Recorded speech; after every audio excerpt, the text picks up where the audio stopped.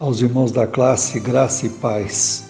Espero que todos estejam bem, que tenham passado uma semana em paz, tranquila, e que o Senhor continue abençoando a vida de cada um, de cada família, e que possamos vencer todas as lutas olhando para Jesus. Nossa lição de hoje, ela está a sétima lição, e ela vem falando sobre a visão das trombetas.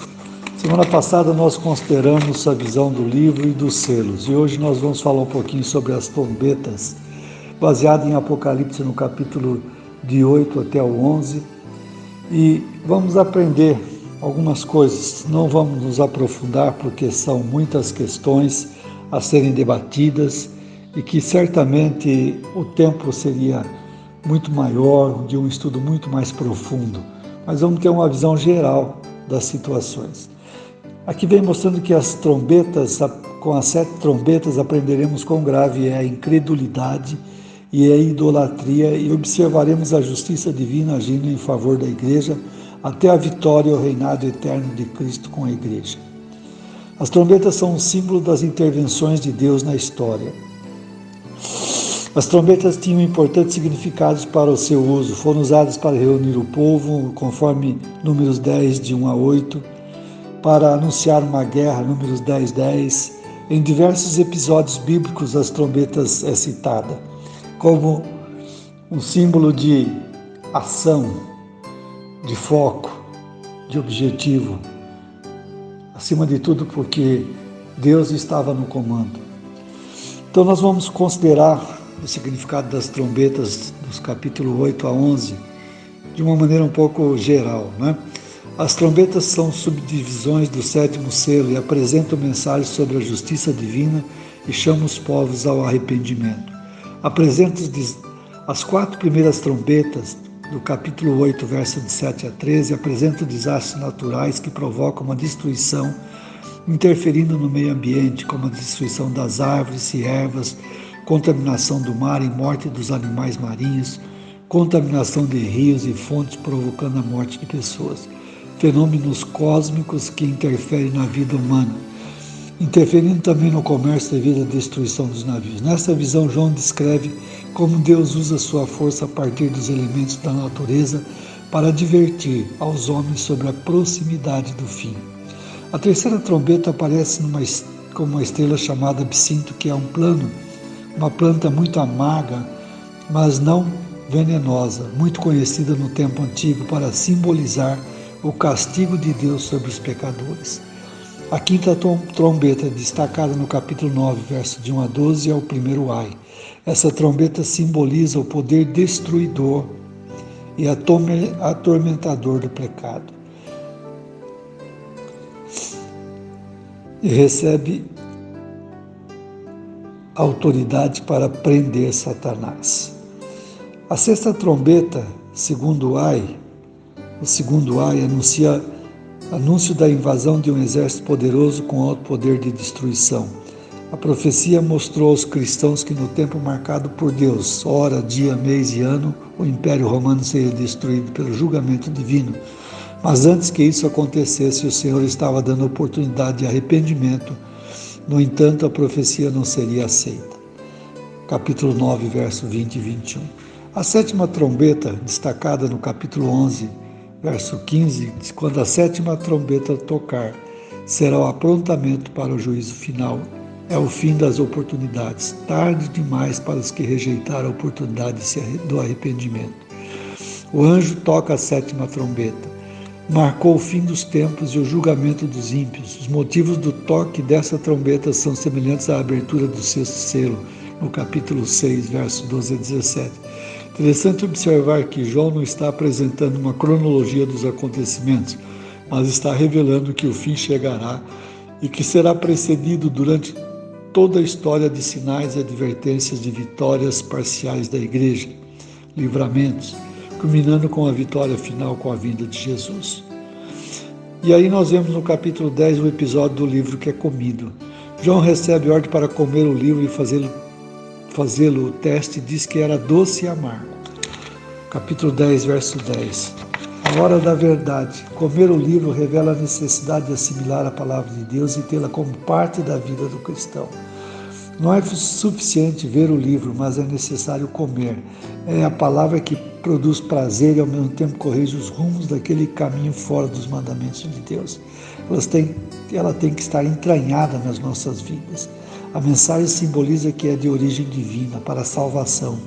Mas também ele diz que era amarga, que simboliza o julgamento divino da humanidade, como consequência de falta de arrependimento. Capítulo 9, verso 20 e 21.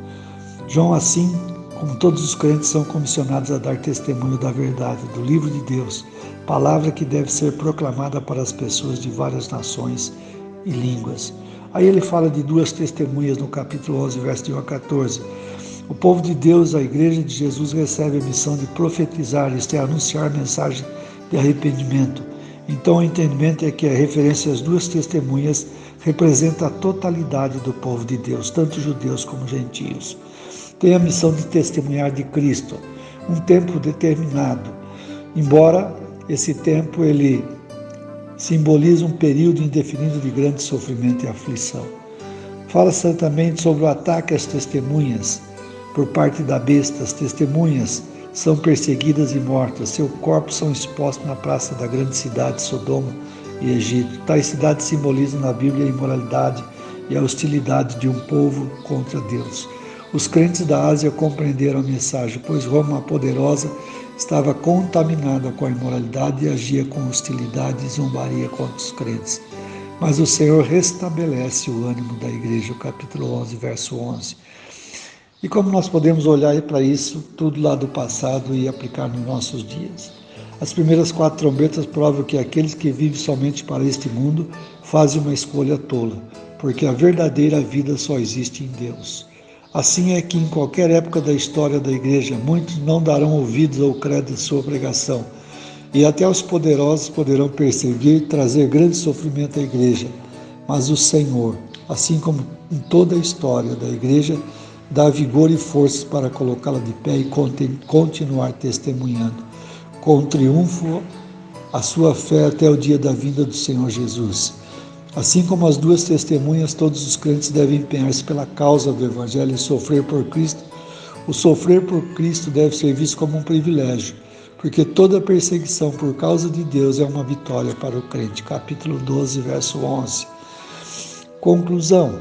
O juízo de Deus em favor dos homens até o momento é acompanhado com a sua misericórdia, dando-lhe tempo para o arrependimento, conforme diz a sua própria palavra. Buscar-me-eis e me achareis quando me buscar de todo o coração. O tempo é hoje. O tempo é que ainda estamos debaixo da misericórdia de Deus. Amanhã, talvez não tenha mais tempo. O tempo acabou. Deus, ao longo da história, vem dando oportunidade às pessoas para que se arrependam e passem a crer em Jesus. Muitas são as advertências divinas de que o juízo acontecerá. Deus quer que aqueles que creem em Jesus proclamem às nações as advertências divinas. A mensagem de Deus para os crentes de hoje é a mesma. Em meio às aflições do seu tempo, os crentes precisam continuar e a lembrar que elas são um tempo de inquietação. Mas o salvo conta com a segurança da proteção de Deus e a garantia da vitória final. Esse é o tempo que nós vivemos, que cada dia mais perto estamos do fim. Mas cada dia se aproxima mais de uma mudança em escala global. Esse ano já vimos grandes mudanças no mundo com essa pandemia. Situações que nunca havíamos experimentado, estamos vivendo. E temos que estar atentos aos sinais dados por Deus, para que realmente possamos estar lá, não livres da tribulação, não livres do fim, mas cuidados pelo Senhor. Que a nossa vitória esteja sempre no foco, que é Jesus. Não venhamos a desperceber, para que realmente possamos alcançar a vitória final. Nós temos o privilégio de ter esse livro que João comeu, esse livro que representa a totalidade da vontade de Deus, esse livro que não basta apenas olhar, mas tem que ler, fazer com que ele se entranhe no nosso corpo, na nossa mente, no nosso coração, para que possamos discernir entre o certo e o errado, discernir entre aquilo que é verdadeiro e aquilo que é falso, discernir entre o que é de Deus e o que não é de Deus. Que cada um de nós possa estar debaixo da vontade de Deus, que cada um dos irmãos possa ser fortalecidos na fé, ser orientados por Deus em cada momento nas suas decisões e que possamos juntos alcançar a vitória em Cristo Jesus. Que Deus abençoe a todos e tenha uma semana guardados pela graça e misericórdia do Senhor Jesus. É o que eu oro em nome de Jesus. Amém.